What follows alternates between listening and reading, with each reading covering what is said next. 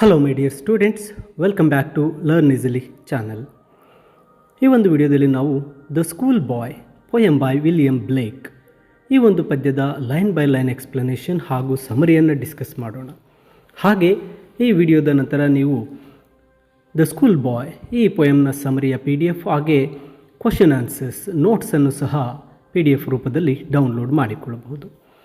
ಮೊದಲಿಗೆ the school ಬಾಯ್ ಈ ಒಂದು ಪೊಯಮ್ ವಿಲಿಯಂ ಬ್ಲೇಕ್ ರವರ ಕಾಲದ ಒಂದು ಶಿಕ್ಷಣದ ವ್ಯವಸ್ಥೆಯನ್ನು ಟೀಕೆ ಮಾಡ್ತಕ್ಕಂತಹ ಒಂದು ಪದ್ಯವಾಗಿರುತ್ತೆ. ಇದು ಪ್ರಕೃತಿಯ ಒಂದು ಸಂತೋಷ ಮತ್ತು ಸ್ವಾತಂತ್ರ್ಯವನ್ನು ಈ ತರಗತಿ ಅಂತಕ್ಕಂಥದ್ದು ಬಿಗಿಯಾದಂತಹ ಒಂದು ಕಠಿಣವಾದಂತಹ ವಾತಾವರಣಕ್ಕೆ ಹೋಲಿಸ್ತಾ ಈ ಒಂದು ಪದ್ಯವನ್ನು ವಿಲಿಯಂ ಬ್ಲೇಕ್ ರವರು ಬರೀತಾ ಇದ್ದಾರೆ. ಒಬ್ಬ ಮಗು ನೈಸರ್ಗಿಕ ಪ್ರಪಂಚದಲ್ಲಿ ತನ್ನ ಪ್ರೀತಿಯನ್ನು ಮತ್ತು ಒಂದು ಶಾಲೆಯಲ್ಲಿ ಬಂಧನದಲ್ಲಿ ಇರುವುದಕ್ಕೆ ತನ್ನ ವಿರೋಧವನ್ನು ವ್ಯಕ್ತಪಡಿಸ್ತಕ್ಕಂತಹ ಪದ್ಯವೇ ದ ಸ್ಕೂಲ್ ಬಾಯ್. ಬನ್ನಿ ಲೈನ್ ಬೈ ಲೈನ್ ಸಮರಿಯನ್ನು ನಾವು ಡಿಸ್ಕಸ್ ಮಾಡ್ತಾ ಸಾಗೋಣ. ಇಲ್ಲಿ ಮೊದಲ ಸ್ಟ್ಯಾನ್ಸರ್ ನೋಡಿದಾಗ, I love to rise in a summer morn when the birds sing on every tree, the distant huntsman winds is horn and the skylark sings with me, O what sweet company. ಇಲ್ಲಿ ಮೊದಲ ಒಂದು ಸ್ಟ್ಯಾನ್ಸದಲ್ಲಿ ಕವಿ ಹೇಳ್ತಾ ಇದ್ದಾರೆ, ನಾನು ಬೇಸಿಗೆಯಲ್ಲಿ ಬೆಳಗ್ಗೆ ಹೇಳಲು ಇಷ್ಟಪಡ್ತೇನೆ. ಅಂದರೆ ಕವಿ ಬೇಸಿಗೆಯ ಬೆಳಗು ಅತ್ಯಂತ ಪ್ರಿಯವಾಗಿದೆ, ಅದು ಅವರಿಗೆ ಸಂತೋಷವನ್ನು ನೀಡುತ್ತೆ. ಇಲ್ಲಿ ಇದು ಒಂದು ರೀತಿಯ ಫ್ರೀ ಆ್ಯಂಡ್ ನ್ಯಾಚುರಲ್ ಒಂದು ಎನ್ವಿರಾನ್ಮೆಂಟ್, ಅದರ ನೈಸರ್ಗಿಕ ಪರಿಸರದ ಕಡೆಗೆ ಮಕ್ಕಳ ಆಕರ್ಷಣೆಯನ್ನು ಈ ಸಾಲು ಹೇಳುತ್ತೆ. When the bird Singh on every tree, ಪ್ರತಿ ಮರದ ಮೇಲೆ ಪಕ್ಷಿಗಳು ಹಾಡುವಾಗ, ಅಂದರೆ ಪಕ್ಷಿಗಳ ಹಾಡುಗಾರಿಕೆ ನೈಸರ್ಗಿಕ ಸೌಂದರ್ಯ ಮತ್ತು ಆ ಪಕ್ಷಿಗಳ ಹಾಡು ಅಂತಕ್ಕಂಥದ್ದು ಸ್ವಾತಂತ್ರ್ಯದ ಸಂಕೇತ ಆಗಿರುತ್ತೆ. ಇದು ಶಾಲೆಯ ಬಂಧನಕ್ಕೆ ಒಂದು ವಿರುದ್ಧವಾಗಿರುತ್ತೆ. The distant huntsman winds is horn, ಬೇಟೆಗಾರ ದೂರದಲ್ಲಿ ತನ್ನ ಒಂದು ಕೊಂಬನ್ನು ಊದುತ್ತಾನೆ ಅಂತ. ಅಂದರೆ ಬೇಟೆಗಾರನ ಕೊಂಬಿನ ಧ್ವನಿ ಗ್ರಾಮೀಣ ಜೀವನದ ಭಾಗವಾಗಿದೆ ಮತ್ತು ಹೊರಗಿನ ಪ್ರಪಂಚದ ಒಂದು ಸ್ವಾತಂತ್ರ್ಯವನ್ನು ಈ ಸಾಲು ನೆನಪಿಸುತ್ತೆ. And the skylark sings with me, O what sweet company.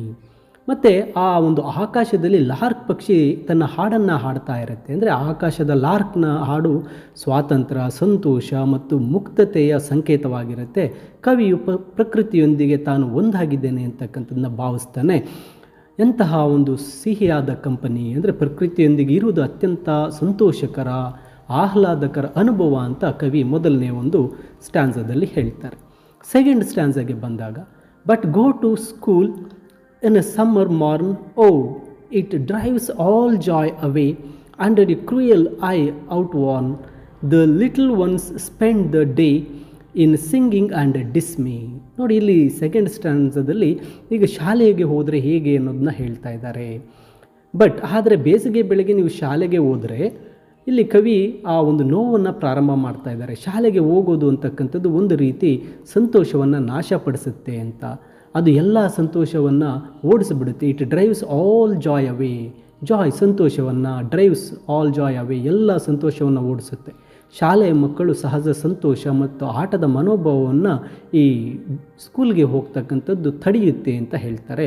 Under a cruel eye out warn, ಒಂದು ಕ್ರೂರವಾದ ಆಯಾಸಗೊಂಡ ಕಣ್ಣಿನ ಕೆಳಗೆ ಅಂತ. ಅಂದರೆ ಶಿಕ್ಷಕರ ಕಠಿಣ ಮತ್ತು ಆಯಾಸಗೊಂಡ ಕಣ್ಣುಗಳ ಶಾಲೆಯ ಒಂದು ಕಷ್ಟಕರದ ವಾತಾವರಣವನ್ನು ಈ ಸಾಲು ಹೇಳುತ್ತೆ. The little one spend the day, ಚಿಕ್ಕ ಮಕ್ಕಳು ದಿನವನ್ನು ಕಳೀತಾರೆ. ಚಿಕ್ಕ ಮಕ್ಕಳು ಸಹ ಆ ಒಂದು ರೀತಿ ಕಠಿಣ ಪರಿಸ್ಥಿತಿಯಲ್ಲಿ ದಿನವನ್ನು ಕಳೀತಾರೆ, ಆ ದಿನಕ್ಕೆ ಬಲಿಯಾಗ್ತಾರೆ. ಇನ್ ಸಿಂಗಿಂಗ್ ಆ್ಯಂಡ್ ಡಿಸ್ಮೇ, ನಿಟ್ಟುಸಿರನ್ನು ಬಿಡ್ತಾ ನಿರಾಶೆಯಲ್ಲಿ ಮಕ್ಕಳು ಆ ದಿನವನ್ನು ಕಳೀತಾರೆ. ಮಕ್ಕಳು ಶಾಲೆಯಲ್ಲಿ ಭಯ ಮತ್ತು ಅಸಂತೋಷದಿಂದ ತಮ್ಮ ದಿನವನ್ನು ಕಳೀತಾರೆ ಅಂತ ಎರಡನೇ ಸ್ಟ್ಯಾನ್ಸದಲ್ಲಿ ಹೇಳ್ತಾರೆ. ನಂತರ, O then at time I drooping sit and spend many an anxious hour, nor in my book can I take delight, nor sit in learning bower, worn through with the dreary shower. ನೋಡಿ, ಇಲ್ಲಿ ಮೂರನೇ ಸ್ಟ್ಯಾನ್ಸದಲ್ಲಿ ಹೇಳ್ತಾ ಇದ್ದಾರೆ, ಆಗ ನಾನು ಕೆಲವೊಮ್ಮೆ ಬಹಳ ದುಃಖದಿಂದ ಕುಳಿತಿರ್ತೇನೆ. ಶಾಲೆಯ ವಾತಾವರಣವು ಆ ಮಕ್ಕಳು ತಾವು ತುಂಬ ದುಃಖದಿಂದ ಕುಳಿತಿರ್ತೇವೆ ಅಂತ ಹೇಳ್ತಾ ಇದ್ದಾರೆ. ಅಲ್ಲಿ ಮಕ್ಕಳ ಉತ್ಸಾಹ ಅನ್ನೋದು ಇರೋದಿಲ್ಲ ಅಂತ. And spend many an anxious hour, ಆ ಒಂದು ಶಾಲೆಯಲ್ಲಿ ನಾನು ಕಳೀತಕ್ಕಂತಹ ಗಂಟೆಗಳು ನನಗೆ ತುಂಬ ಆತಂಕವಾಗಿರುತ್ತೆ. ಮಕ್ಕಳು ಶಾಲೆಗೆ ಹೋಗುವಾಗ ಆತಂಕ ಮತ್ತು ಒತ್ತಡಕ್ಕೆ ಒಳಗಾಗ್ತಾರೆ ಅಂತ ಹೇಳ್ತಾರೆ. Nor in my book can I take delight, ನಾನು ನನ್ನ ಪುಸ್ತಕದಲ್ಲಿ ನನ್ನ ಆನಂದವನ್ನು ಪಡೀಲಾರೆ ಅಂತ. ಆ ಬಲವಂತದ ಕಲಿಕೆ, ಆ ಪುಸ್ತಕಗಳಿಂದ ಮಕ್ಕಳಲ್ಲಿ ಆ ಕಲಿಕೆಯ ಸಂತೋಷ ಅಂತಕ್ಕಂಥದ್ದು ಇರೋದಿಲ್ಲ. ಆ ಪುಸ್ತಕಗಳು ಮಕ್ಕಳ ಸಂತೋಷವನ್ನು ಕೊಲ್ಲುತ್ತೆ ಅಂತ ಹೇಳ್ತಾರೆ. ನಾರ್ ಸಿಟ್ ಇನ್ ಲರ್ನಿಂಗ್ ಬೋವರ್, ಆ ಮಂಟಪದಲ್ಲಿ ಕುಳಿತು ನಾನು ಕಲಿಯಲಾರೆ, ಆ ಕಲಿಕೆ ನನಗೆ ಬರಲ್ಲ, ಅದೊಂದು ಬಲವಂತ ಅಂತ ಹೇಳ್ತಾ ಇದ್ದಾರೆ. ಕಲಿಕೆ ಎಂಬುದು ಬಲವಂತದ ಕೆಲಸವಾದಾಗ ಅದರಲ್ಲಿ ಆನಂದ ಪಡೆಯೋಕ್ಕೆ ಸಾಧ್ಯ ಇಲ್ಲ, ಸಂತೋಷ ಇರೋದಿಲ್ಲ ಅಂತ. Worn through with the dreary shower, ಕಠಿಣವಾದ ಮಳೆಯಿಂದ ನಾನು ದಳೆದುಕೊಳ್ತಿದ್ದೇನೆ. ಅಂದರೆ ಇಲ್ಲಿ ಡ್ರಿಯರಿ ಶವರ್ ಅಂದರೆ ಆ ಶಾಲೆಯ ಒಂದು ಏಕತಾನತೆ ಮತ್ತು ಆ ಶಾಲೆಯ ಕಠಿಣ ಕಲಿಕೆಯ ವಿಧಾನವನ್ನು ಇಲ್ಲಿ ಹೇಳುತ್ತೆ. ಅದು ಮಕ್ಕಳನ್ನು ತುಂಬ ದಣಿದವರನ್ನಾಗಿ ಮಾಡುತ್ತೆ ಅಂತಕ್ಕಂಥದ್ದನ್ನು ಹೇಳ್ತಾರೆ. ಇನ್ನು ಮುಂದಿನ ಸ್ಟ್ಯಾನ್ಸಾಗೆ ಬಂದಾಗ, how can the bird that is born for joy sit in a cage and sing, how can a child when fears annoy but droop is tender wing and forgot is youthful spring. ನೋಡಿ, ಈ ಸಾಲುಗಳಲ್ಲಿ ಹೇಳ್ತಾ ಇರ್ತಕ್ಕಂಥದ್ದು, ಒಂದು ಪಕ್ಷಿ ಸಂತೋಷವಾಗಿ ಹಾರಾಡಬೇಕಾಗಿರೋ ಪಕ್ಷಿ, ಸಂತೋಷಕ್ಕಾಗಿ ಹುಟ್ಟಿದ ಪಕ್ಷಿ, ಆ ಪಕ್ಷಿಗಳು ಸ್ವಾಭಾವಿಕವಾಗಿ ಸಂತೋಷದಿಂದ ಇರಲು ಹುಟ್ಟಿದಂತೆ ಇರುತ್ತೆ. ಮಕ್ಕಳು ಸಹ ಸಂತೋಷದಿಂದ ಫ್ರೀಯಾಗಿ ಮುಕ್ತವಾಗಿ ಬೆಳೆಯಲು ಹುಟ್ಟಿರ್ತಾರೆ. Sit in a cage and sing, ಆ ಪಕ್ಷಿ ಒಂದು ಪಂಜರದಲ್ಲಿ ಕುಳಿತು ಹಾಡಲು ಹೇಗೆ ಸಾಧ್ಯ? ಪಂಜರದಲ್ಲಿರ್ತಕ್ಕಂಥ ಪಕ್ಷಿ ಸಂತೋಷದ ಹಾಡು ಹೇಗೆ ಹಾಡುತ್ತೆ ಅಂತ ಕ್ವಶನ್ ಮಾಡ್ತಾರೆ. ಪಂಜರದಲ್ಲಿರ್ತಕ್ಕಂಥ ಪಕ್ಷಿ ಒಂದು ಶಾಲೆಯ ಬಂಧನದಲ್ಲಿರ್ತಕ್ಕಂಥ ಮಗುವನ್ನು ಸೂಚಿಸ್ತಾ ಇದೆ. ಸ್ವತಂತ್ರವಿಲ್ಲದ ನಿಜವಾದ ಸಂತೋಷ ಅಥವಾ ಸೃಜನಶೀಲತೆ ಇರೋದಿಲ್ಲ ಅಂತಕ್ಕಂಥದ್ದನ್ನು ಹೇಳ್ತಾರೆ. How can a child when fears annoy, ಭಯಗಳು ಕಾಡಿದಾಗ ಮಗು ತಾನೇ ಹೇಗೆ ಅದು ಕಲಿಯುತ್ತೆ ಅಂತ. ಶಾಲೆಯಲ್ಲಿ ಭಯ ಮತ್ತು ಒತ್ತಡದಲ್ಲಿರ್ತಕ್ಕಂಥ ಮಗುವನ್ನು ಪಕ್ಷಿಗೆ ಹೋಲಿಸಲಾಗಿದೆ. But droop is a tender wing, ಆದರೆ ತನ್ನ ರೆಕ್ಕೆಗಳನ್ನು ಇಳಿಬಿಡುತ್ತೆ ಅಂತ. ಅಂದರೆ ಭಯದಿಂದ ಮಗು ತನ್ನ ಸಹಜವಾದ ಉತ್ಸಾಹ, ಸೃಜನಶೀಲೆಯನ್ನು ಕಳೆದುಕೊಳ್ಳುತ್ತೆ. ಪಕ್ಷಿಯು ಸಹ ಒಂದು ಪಂಜರದಲ್ಲಿದ್ದಾಗ ತನ್ನ ಸಹಜತೆಯನ್ನು ಕಳೆದುಕೊಳ್ಳುತ್ತೆ. And forgot is youthful spring, ತನ್ನ ಯೌವನದ ಒಂದು ವಸಂತವನ್ನು, ಸ್ಪ್ರಿಂಗ್ ಅಂದರೆ ವಸಂತವನ್ನು ಅದು ಮರೆತು ಬಿಡುತ್ತೆ. ಶಾಲೆಯ ಮಕ್ಕಳು ಬಾಲ್ಯದ ಅಮೂಲ್ಯವಾದ ಒಂದು ಸಂತೋಷದ ಋತುವನ್ನು, ಅಂದರೆ ಅವರ ಯೌವನವನ್ನು ಕಳೆದುಕೊಳ್ತಾರೆ. ಈ ಶಾಲೆ ಅಂತಕ್ಕಂಥದ್ದು ಅದನ್ನು ಕಸಿದುಕೊಳ್ಳುತ್ತೆ ಅಂತ ಹೇಳ್ತಾರೆ. ಇನ್ನು ಮುಂದಿನ ಸ್ಟ್ಯಾನ್ಸಾಗೆ ಬಂದಾಗ, O father and mother, if birds are nip and blossoms blown away and if the tender plants are striped of their joy in the spring day by sorrow and care's dismay.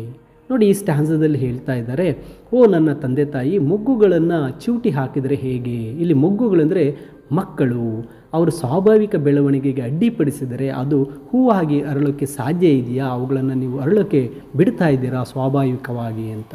And blossoms blown ಅವೇ, ಆ ಹೂಗಳನ್ನು blown ಅವೇ, ತೂರು ಬಿಟ್ಟಿದ್ದೀರಾ ಅಂತ. ಮಕ್ಕಳಿಂದ ಅವರ ಸಹಜ ಸಂತೋಷ, ಆಟ, ಅವರ ಒಂದು freedom, ಅವರ ಬೆಳವಣಿಗೆಗೆ ಹಾನಿಯಾಗಿತ್ತು, ಅವುಗಳನ್ನೆಲ್ಲ ನೀವು ತೂರಿ ಬಿಟ್ಟಿದ್ದೀರಾ ಅಂತ ಹೇಳ್ತಾರೆ.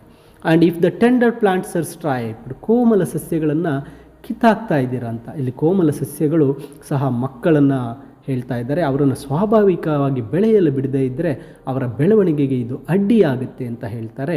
Of their joy in the springing day, ವಸಂತ ಕಾಲದ ದಿನಗಳಲ್ಲಿ ಸಂತೋಷವಾಗಿ ಹಾಡ್ತಾ ಇದ್ದವರ್ತಕ್ಕಂಥ ಮಕ್ಕಳನ್ನು ನೀವು by sorrow and cares dismay, ಆ ಮಕ್ಕಳ ಬಾಲ್ಯದ ಸಂತೋಷವನ್ನು ಕಸಿದುಕೊಂಡ್ರೆ ಅದು ಅವರ ಭವಿಷ್ಯದ ಮೇಲೆ ಒಂದು ನೆಗೆಟಿವ್ ಇಂಪ್ಯಾಕ್ಟನ್ನು ಮಾಡುತ್ತೆ, ನಕಾರಾತ್ಮಕ ಪರಿಣಾಮ ಬೀರುತ್ತೆ. ದುಃಖ ಮತ್ತು ಚಿಂತೆಯ ಮತ್ತು ನಿರಾಶೆಯಿಂದ ಆ ಶಾಲೆಯ ಮಕ್ಕಳು ಮೇಲೆ ಹೇರ್ತಕ್ಕಂಥ ದುಃಖ ಮತ್ತು ಚಿಂತೆಗಳು ಅವರ ಸಂತೋಷವನ್ನು ನಾಶ ಮಾಡುತ್ತೆ ಅಂತ ಹೇಳ್ತಾ ಇದ್ದಾರೆ. ಇನ್ನು ಕೊನೆಯ ಒಂದು ಸ್ಟ್ಯಾನ್ಸಾಗೆ ಬಂದಾಗ, how shall the summer arise in joy or the summer fruits appear or how shall we gather what griefs destroy or bless the mellowing year when the blasts of winter appear. ನೋಡಿ, ಇಲ್ಲಿ ಕೊನೆಯ ಸ್ಟ್ಯಾನ್ಸದಲ್ಲಿ ಹೇಳ್ತಾ ಇದ್ದಾರೆ, how shall the summer arise in joy, ಬೇಸಿಗೆ ಸಂತೋಷದಿಂದ ಹೇಗೆ ಬರುತ್ತೆ? ಮಕ್ಕಳು ಬಾಲ್ಯದಲ್ಲಿ ಸಂತೋಷದಿಂದ ಬೆಳೆದೇ ಇದ್ದರೆ ಅವರ ಭವಿಷ್ಯದ ಬೇಸಿಗೆ ಅಂದರೆ ಅವರ ಒಂದು ವಯಸ್ಕ ಜೀವನ ಸಂತೋಷದಿಂದ ಇರೋಕ್ಕೆ ಸಾಧ್ಯ ಇಲ್ಲ. R the summer fruits appear, ಬೇಸಿಗೆಯ ಹಣ್ಣುಗಳು ಹೇಗೆ ಕಾಣಿಸುತ್ತೆ ಅಂತ.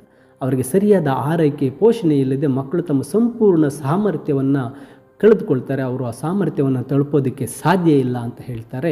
How shall we gather what griefs destroy, ಆ ದುಃಖಗಳು ಆ ಸಂತೋಷವನ್ನೆಲ್ಲ ನಾಶಪಡಿಸಿರುತ್ತೆ, ಅವುಗಳನ್ನು ನಾವು ಹೇಗೆ ಸಂಗ್ರಹಿಸೋಕ್ಕೆ ಸಾಧ್ಯ? ದುಃಖ ಮತ್ತು ನಿರಾಶೆಗಳು ಆ ಮಕ್ಕಳ ಸಾಮರ್ಥ್ಯವನ್ನು ಸಂಪೂರ್ಣವಾಗಿ ನಾಶ ಮಾಡಿಬಿಟ್ಟಿರುತ್ತೆ. ಆರ್ ಬ್ಲೆಸ್ ದ ಮೆಲ್ಲೋಯಿಂಗ್ ಇಯರ್, ಅವರ ವರ್ಷವ ಅವರಿಗೆ ಯಾವ ರೀತಿ ತಾನೇ ಒಂದು ಆಶೀರ್ವಾದ ಮಾಡುತ್ತೆ ಅಂತ ಕೇಳ್ತಾ ಇದ್ದಾರೆ. ಮಕ್ಕಳು ಸಂತೋಷದಿಂದ ಬೆಳೆದರೆ ಮಾತ್ರ ಅವರ ವಯಸ್ಕ ಜೀವನ ಸಮೃದ್ಧಿಯಿಂದ ಯಶಸ್ಸಿನಿಂದ ಕೂಡಿರುತ್ತೆ. And when the blots of winter appear, ಚಳಿಗಾಲದ ಬಿರುಗಾಳಿಗಳು ಕಾಣಿಸಿಕೊಂಡಾಗ ಅಂತ. ಚಳಿಗಾಲದ ಬಿರುಗಾಳಿಗಳು ಅಂದರೆ ಜೀವನದಲ್ಲಿ ಕಷ್ಟಗಳು ಮತ್ತು ಸವಾಲುಗಳನ್ನು ಇಲ್ಲಿ ಪ್ರತಿನಿಧಿಸುತ್ತೆ. ಬಾಲ್ಯದಲ್ಲಿ ಮಕ್ಕಳು ಸರಿಯಾಗಿ ಬೆಳೆಯದೇ ಇದ್ದರೆ ಅವರ ಭವಿಷ್ಯದ ಸವಾಲುಗಳನ್ನು ಅವರು ಎದುರಿಸೋದಕ್ಕೆ ಸಿದ್ಧರಾಗಿರೋದಿಲ್ಲ ಅಂತ ಕವಿ ಇಲ್ಲಿ ಹೇಳ್ತಾ ಇದ್ದಾರೆ. ಅಂದರೆ ಶಾಲೆಯಲ್ಲಿ ಬಂಧನದಲ್ಲಿ ಇರೋದಕ್ಕಿಂತ ಅವರು ನೈಸರ್ಗಿಕವಾದಂತಹ ಒಂದು ಸೃಜನಶೀಲತೆಯ ಮೇಲೆ ಅವರು ಬೆಳೆಯಬೇಕು ಅಂತಕ್ಕಂಥದ್ದನ್ನ ಇಲ್ಲಿ ವಿಲಿಯಂ ಬ್ಲೇಕ್ ರವರು ತಿಳಿಸ್ತಾ ಇದ್ದಾರೆ. ಅಂದರೆ ದ ಸ್ಕೂಲ್ ಬಾಯ್ ಅಂತಕ್ಕಂಥದ್ದು ಲೇಖಕರ ಒಂದು ಮುಗ್ಧತೆ, ಅನುಭವ ಮತ್ತು ಸಾಮಾಜಿಕ ವಿಮರ್ಶೆಯ ವಿಷಯಗಳನ್ನು ಹಂಚಿಕೊಳ್ತಾ ಇದೆ. ಇಲ್ಲಿ ಕವಿತೆ ಈ ಪಯಂ ಅಂತಕ್ಕಂಥದ್ದು ಸರಳವಾದ ಸ್ಪಷ್ಟ ಭಾಷೆ ಮತ್ತು ಎದ್ದು ಕಾಣುವ ಚಿತ್ರಗಳ ಮೂಲಕ ಬ್ಲೇಕ್ ರವರು ಈ ಒಂದು ದ ಸ್ಕೂಲ್ ಬಾಯನ್ನು ಈ ಒಂದು ಪದ್ಯದ ಮೂಲಕ ತಿಳಿಸ್ಕೊಟ್ಟಿದ್ದಾರೆ. ಮೈ ಡಿಯರ್ ಸ್ಟೂಡೆಂಟ್ಸ್, ಈ ಎಕ್ಸ್ಪ್ಲನೇಷನ್ನೊಂದಿಗೆ poem summary, poem question and answer notes ಎಲ್ಲವೂ ಸಹ PDF ವಿಡಿಯೋದ ಡಿಸ್ಕ್ರಿಪ್ಷನ್ನಲ್ಲಿ PDF ಲಿಂಕ್ ಇದೆ, ನೀವು ಡೌನ್ಲೋಡ್ ಮಾಡಿಕೊಳ್ಳಬಹುದು. ಮತ್ತು ಹೆಚ್ಚಿನ ವಿಡಿಯೋಗಳಿಗಾಗಿ ತಪ್ಪದೆ ಲರ್ನ್ ಈಸಿಲಿ ಚಾನಲ್ಗೆ ಸಬ್ಸ್ಕ್ರೈಬ್ ಮಾಡಿ ಅಂತ ತಿಳಿಸುತ್ತಾ ಎಲ್ಲರಿಗೂ ಧನ್ಯವಾದಗಳು.